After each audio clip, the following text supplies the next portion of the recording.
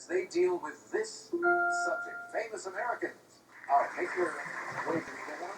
We'll come back to the vote. I feel really bad for Anna because she looked like she was having a lot of fun up there, and I think she just got knocked off track by that daily double. Welcome to the Final Wager. I'm Keith Williams, and I loved how she had no hesitation in just wagering 2,000, the maximum she could, and just couldn't pull out Goliath Beetle. It was a tough clue if you were thinking in the wrong part of the Bible. So we've got just Hunter and Rick left. That $1,200 clue would have been interesting had Hunter buzzed in and guessed a random Arthurian knight. But this one really boils down to, is Rick going to get this right? He's going to cover Hunter, I would hope. 14-6, 13-4, it's another 1,200, it's going to be 12-2.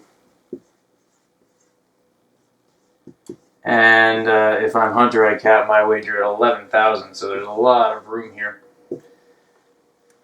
I might further cap my wager at 8,600, I think it would be, just to be safe in case Rick tries some mind games. So I'll put that, well, here's the deal. 24-4 would be that, and to cover that, that'd be 9,800.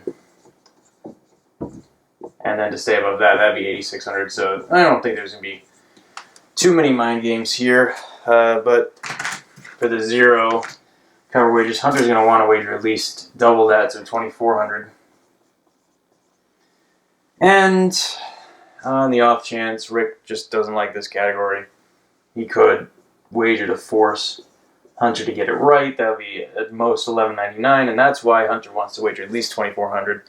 If Rick wagers, say, 11.99 and gets it right, he'd have 15,799, so 2,400 would put Hunter at 15.8 and would give him the win. So I can't remember what the category was, but I'm anticipating a big wager out of both gentlemen, and see if Hunter can repeat. So, some notes tonight. I almost ran out of room on my card fairly early. We had a messy first quarter, and as part of that, I was surprised that just the compromise was accepted, because it was the Missouri Compromise, although they did say the Great This-er, which I don't know why they needed to give that. 2 Archer clues tonight. You're playing a very dangerous game, Agent Sterling Archer of ISIS. That was a terrible Cuban accent, but there is an episode where Archer pretends to be a gay man and goes to Miami to try to honeypot a guy into basically divulging all these secrets, a gay guy, and ends up getting hit in the head with a highlight ball, pelota. And then there was also Earl Butts, where there's a joke about corn subsidies somewhere in there. So that led to Secretary of Agriculture. Underwater basket weaving, well, it was just basket weaving, but that's the famous Middlebury January term course, where you take one class for 4 weeks and basically just hang out and ski and play games and drink all the time. Of course, there was a Canadian mention, and Easy final? We'll come back to this. Good. Here's the clue, gentlemen.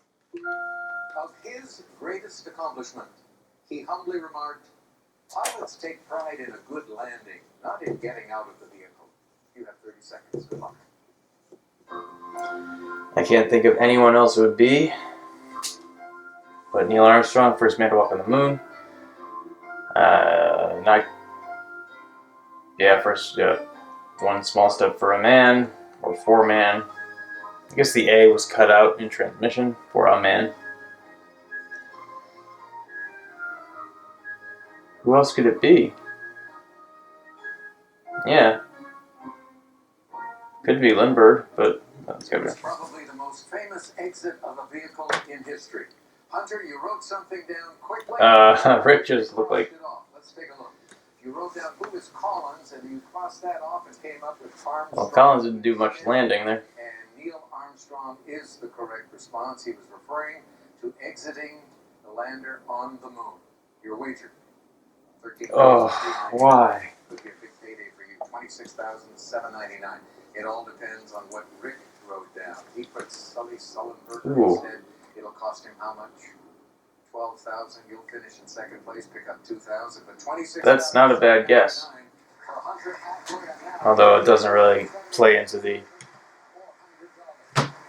getting out part.